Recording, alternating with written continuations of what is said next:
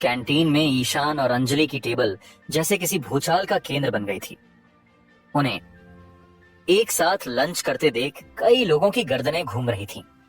हर तरफ से उन पर पड़ती तीखी नजरें और जहरीली कानाफूसी का एक नया दौर शुरू हो गया था।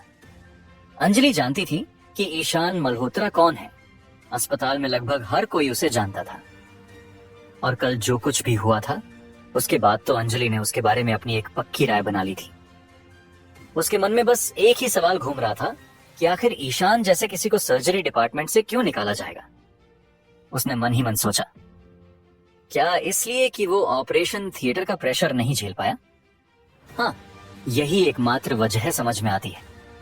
अभी कुछ देर पहले ही जब ईशान ने उसे मेंटोर करने की पेशकश की थी, तो अंजलि ने सपाट लहजे में उसे सीधे सीधे मना कर दिया था। नहीं, मेरे पास पहले से ही एक मेंटोर है। जवाब में ईशान ने बस अपने कंधे उचका दिए, जैसे उसे कोई फर्क ही ना पड़ा हो। वैसे भी वो तो बस मजाक कर रहा था। आज सुबह से बहुत भागा दौड़ी हो गई थी और अब उसके पेट में चूहे नहीं बल्कि डायनासोर दौड़ रहे थे। वो किसी तपस्वी की तरह अपने खाने पर टूट पड़ा था, जैसे सालों से भूखा हो। जिस तरह वो खा रहा था, उसे देखकर आसपास की मेजों पर बैठे लोग भी हैरानी से उसे घूर रहे थे। कुछ के मुंह से तो दबी हुई हंसी भी निकल गई, लेकिन ईशान पर इन सब का कोई असर नहीं था। वो तो बस अपने खाने की दुनिया में खोया हुआ था, हर निवाले का पूरा आनंद ले रहा था। अंजलि खुद भी उसे देखकर थोड़ी हैरान थी। उसे लग रहा था जैसे 100 आंखें उसकी चमड़ी में सुई की तरह चुभ रही थीं।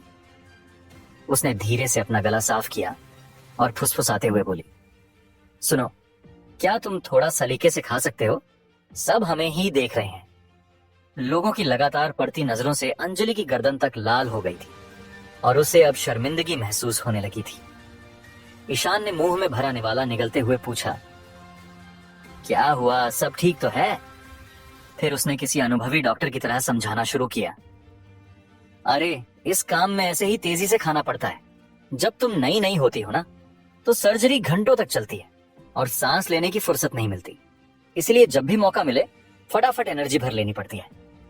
अगर नहीं खाया तो प्रोसीजर के बीच में ही हाथ कांपने लगेंगे और फिर गलतियां होती हैं। उसकी बात सुनकर अंजलि की जिज्ञासा बढ़ गई। उसने पूछा, तो क्या तुम बहुत ऑपरेशन करते हो?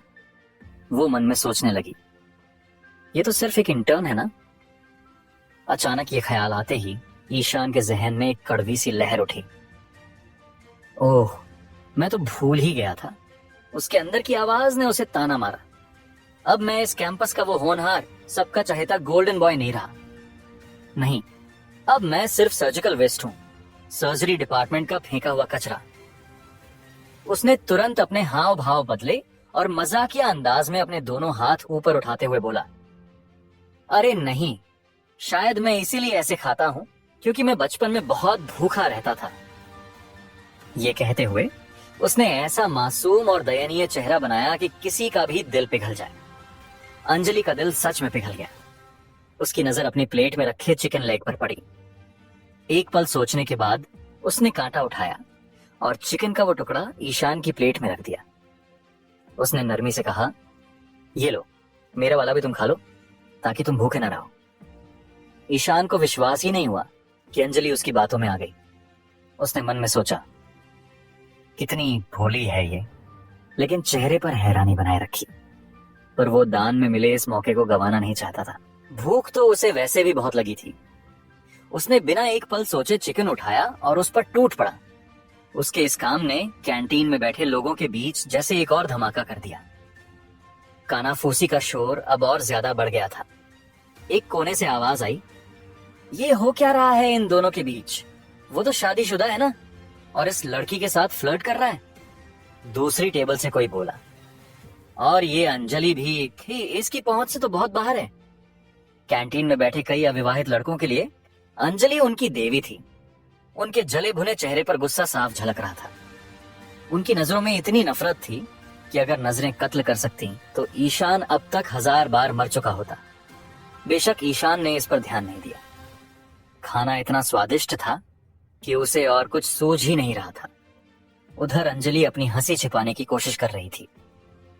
ईशान का इस तरह जी भरकर खाना खाते देखना उसमें कुछ तो ऐसा था जो उसे बहुत आकर्षक लगा। उसे यूं खाते देखकर ही अंजलि के चेहरे पर एक प्यारी सी मुस्कान तैर गई। एक लड़के ने अपने दोस्त से फुसफुसाकर कहा, वो अभी मुस्कुरा रही थी। आखिर इन दोनों के बीच चल क्या रहा है? ये कपल तो नहीं हो सकते, है ना? पर फिर ये इतने करीब क्यों लग रहे हैं?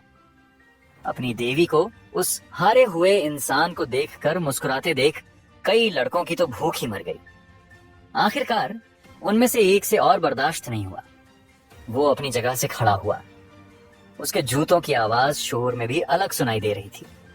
वो लंबे लंबे कदम भरता हुआ सीधा उनकी मेज की तरफ आया और बिना इजाजत के ठीक उनके सामने वाली कुर्सी पर धम्म से बैठ गया। उसने बड़े शांत अंदाज में अपना हाथ आगे बढ़ाया। हे, मैं लक्ष्य वशिष्ठ। वो किसी फिल्मी हीरो की तरह हैंडसम था। जैसे ही लोगों ने उसे पहचाना, कमरे में एक नई सरसराहट फैल गई। लक्ष्य वशिष्ठ को हर कोई जानता था। वो न सिर्फ एक टॉप स्टूडेंट था, बल्कि ऑटोप्रेशन थिएटर में भी उसका कोई जवाब नहीं था। वो एक जीनियस था जिसने द स्कैल्पल का निकनेम हासिल किया था। वहां मौजूद लोगों की नजरों में लक्ष्य वशिष्ठ और उसके सामने बैठे ईशान मल्होत्रा के बीच कोई मुकाबला ही नहीं था। एक स्कैल्पेल था तो दूसरा बस एक सर्जिकल कचरा। लक्ष्य वशिष्ठ की रगों में इस वक्त खून नहीं, नशा दौड़ रहा था, कामयाबी का नशा। उसके लिए यह सब तो जैसे बच्चों का खेल था। उसकी आंखों के सामने सिर्फ एक ही तस्वीर थी, अंजलि, किसी जन्नत से उतरी हूर जैसी खूबसूरत लड़की जो गलती से ईशान मल्होत्रा के साथ यहां बैठी थी। लक्ष्य के दिमाग में तो पूरी कहानी पहले से ही लिखी जा चुकी थी। वो बस चलकर उस टेबल तक जाएगा, अपना जादू चलाएगा और ये लड़की, ये नायाब हीरा उसकी मुट्ठी में होगा। उसे खुद पर इतना अटूट भरोसा था। रेस्टोरेंट का माहौल किसी हाई वोल्टेज ड्रामे के सेट जैसा बन गया था और हर एक शख्स की निगाहें उस एक मेज पर होने वाले तमाशे पर टिक गई थीं। पास की एक मेज से कानाफूसी की आवाज आई। यार, लक्ष्य कुछ गलत तो नहीं कह रहा। दूसरी आवाज ने तुरंत सहमति जताई। हाँ, मतलब वो लक्ष्य वशिष्ठ है, द स्कैल्पल। अरे उसके हाथों में तो सोना है यार, और उस सर्जिकल कचरे के पास क्या है? बस एक अमीर खानदान की पहचान, है ना? एक और आवाज ने भविष्यवाणी की। लक्ष्य तो उसे चुटकियों में पटा लेगा। हाँ, और वो है भी कितना हैंडसम। ये फुसफुसाहटें पूरे कमरे में लहरों की तरह फैल गईं और देखते ही देखते उनकी मेज सबकी नजरों का केंद्र बन गई। ये तो होना ही था। किसी भी कमरे में एक खूबसूरत औरत को ले आओ और ड्रामा खुद ब खुद चला आता है। ये तो जैसे कुदरत का नियम है। जब ईशान मल्होत्रा ने किसी को अपनी मेज की तरफ आते देखा तो उसे हल्की सी चिढ़ महसूस हुई। एक सुकून भरी शाम पर किसी की परछाई मंडरा रही थी और वो चिढ़ तब और बढ़ गई जब उसने देखा कि वो शख्स कोई और नहीं बल्कि लक्ष्य वशिष्ठ था। ईशान ने मन में सोचा, और कौन हो सकता है? वही आदमी जो महीनों से उसका मजाक उड़ा रहा था। यही वो कमीना था जिसने पूरे अस्पताल में ये जहर घोला था कि ईशान एक मामूली मेडिकल रिकॉर्ड भी नहीं बना सकता। जैसे ही वो आदमी अकड़ कर किसी बादशाह की तरह करीब आया, ईशान अपनी कुर्सी से उठ खड़ा हुआ। लक्ष्य ने अपनी जानी पहचानी जहरीली मुस्कान के साथ कहा, अरे वाह ईशान। आसपास से कुछ लोग अपनी दबी हुई हंसी रोक नहीं पाए। उन्हें उम्मीद नहीं थी कि ईशान असल में उसके सामने खड़ा होने की हिम्मत करेगा। उन्हें ये सब एक मजाक लग रहा था। अंजलि की भवें हैरानी से ऊपर उठ गई। उसकी आंखों में एक पल के लिए आश्चर्य की चमक दौड़ गई। लक्ष्य का चेहरा गुस्से से लाल हो गया। उसने किसी जहरीले सांप की तरह ईशान के बड़े हुए हाथ पर झपट्टा मारा और उसे हवा में ही झटक दिया। उसकी आवाज में घोर तिरस्कार भरा हुआ था जब उसने कहा, ईशान, जहां तक मुझे याद है तुम शादीशुदा हो। तुम्हें यहाँ के माहौल का तो ख्याल रखना चाहिए। उसने अपना पहला सबसे जहरीला पासा फेंक दिया था। उसे यकीन था कि अंजलि को ईशान की शादी के बारे में नहीं पता होगा और उसे ये खबर देने वाला पहला शख्स बनकर बड़ी खुशी हो रही थी। ईशान ने खतरनाक रूप से शांत आवाज में पलटकर जवाब दिया, और मैं क्या करता हूँ इससे तुम्हारा क्या लेना देना? तुम एक सर्जन हो लक्ष्य, नैतिकता के ठेकेदार नहीं। लक्ष्य के जबड़े की एक नस किसी तार की तरफ फड़कने लगी। उसे यकीन नहीं हो रहा था। ये ईशान मल्होत्रा बोल रहा है, वो चूहा जो उसकी परछाई से भी डरता था, आज इसकी आवाज में इतनी हिम्मत कहां से आ गई? फिर उसके दिमाग में बिजली कौंधी। ईशान अब सर्जिकल विभाग से बाहर था। हाँ, यही बात है, उसने ताना कसते हुए कहा। क्या तुम्हें लगता है कि तुम सर्जिकल विभाग से भाग गए तो तुम्हें कोई छू भी नहीं सकता? ईशान के होठों पर एक हल्की सी मुस्कान तैर गई।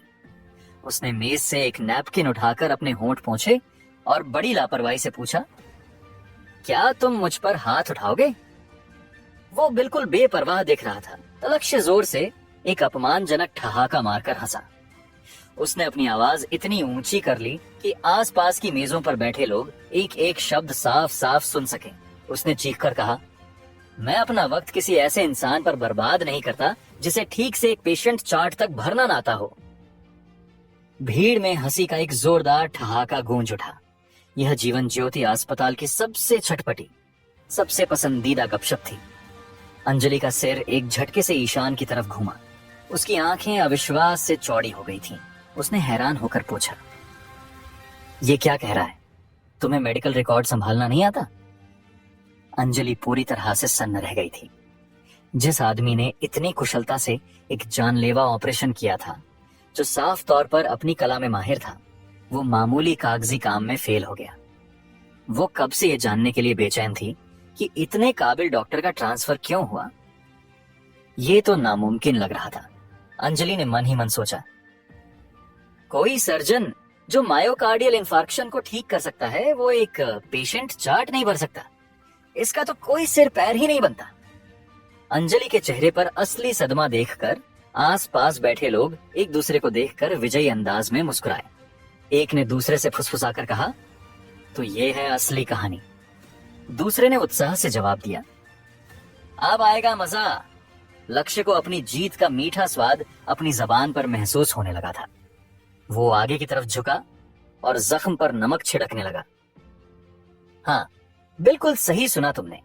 जो आदमी एक रिकॉर्ड तक नहीं बना सकता, वो सर्जिकल कचरे के अलावा और कुछ नहीं है। उसका दाम निशाने पर लगा था। इस औरत को बिल्कुल अंदाजा नहीं था कि वो असल में किसके साथ बैठी है। लक्ष्य का दिमाग किसी शिकारी की तरह तेजी से दौड़ने लगा। वो कल्पना करने लगा कि आज की रात कितने शानदार, कितने यादगार तरीकों से खत्म हो सकती है। और उन सभी कल्पनाओं के केंद्र में अंजलि थी। कैंटीन में मौजूद हर एक शख्स की नजरें एक ही आदमी पर गड़ी थीं, ईशान पर। माहौल में एक अजीब सी बिजली दौड़ रही थी। कुछ लोग अपनी हंसी को होठों के पीछे दबा रहे थे, तो कुछ उसे ऐसी खुली नफरत से घूर रहे थे जैसे उसने कोई बहुत बड़ा गुनाह कर दिया हो। इन सबसे बेपरवाह ईशान बस अपनी गर्दन खुजला रहा था। उसके चेहरे पर एक अजीब सी शर्मिंदगी भरी मुस्कान थी। उसने धीरे से कहा, अरे यार, मैं नया था, अभी माहौल समझ ही रहा था। जानते हो ना, नया। ये सुनकर लक्ष्य को तो जोर से हंसी आ गई। ये आदमी अपनी गलती मानने को भी तैयार नहीं था। लक्ष्य ने आगे बढ़कर ताना मारा, अरे यार, यहां सबको तुम्हारी कहानी पता है। झूठ बोलने से क्या फायदा? मैं शर्त लगा सकता हूं कि तुम इमरजेंसी रूम में आने वाला एक भी केस ठीक से नहीं संभाल सकते, है ना? तभी लक्ष्य को एक और बात याद आई और उसकी आंखों में एक शातिर चमक दौड़ गई। वो ईशान की तरफ झुका और फुसफुसाया, ओह, और वो वाला किस्सा तो मैं भूल ही गया। क्या तुम एक बार बेहोश नहीं हो गए थे सबके सामने? वो भी एक मामूली से केस में। तुम तो बुरी तरह घबरा जाते हो। इमरजेंसी रूम में जैसे जैसे अजीब केस आते हैं, उन्हें देखकर तो तुम्हारी रूह कांप जाएगी। तुम्हें सच में लगता है कि तुम यहां टिक पाओगे? अंजलि ने हैरान होकर ईशान की तरफ देखा। उसकी आंखें बड़ी बड़ी हो गई थीं। उसे यकीन नहीं हो रहा था कि जिस डॉक्टर ने इतनी कमाल की सर्जरी की थी, उसकी ऐसी इमेज भी हो सकती है। अंजलि की हैरानी भरी नजरों को देखकर ईशान ने अपने दोनों हाथ ऐसे हवा में उठाए जैसे वो आत्मसमर्पण कर रहा हो। उसने एक गहरी सांस छोड़ते हुए कहा, अब मैं क्या ही कहूं, ये सब मेरे टैलेंट से जलते हैं। इतना प्रतिभाशाली होना भी एक भारी बोझ है अंजलि जी। ये सुनते ही अंजलि अपनी हंसी रोक नहीं पाई। उसके इस मजाकिया और नाटकीय अंदाज पर वो खिलखिलाकर हंस पड़ी। अपने मुंह पर हाथ रखने की कोशिश के बावजूद उसकी हंसी की खनक साफ सुनाई दे रही थी। वहां खड़े लोग तो जैसे पत्थर के हो गए। उनके मुंह खुले के खुले रह गए।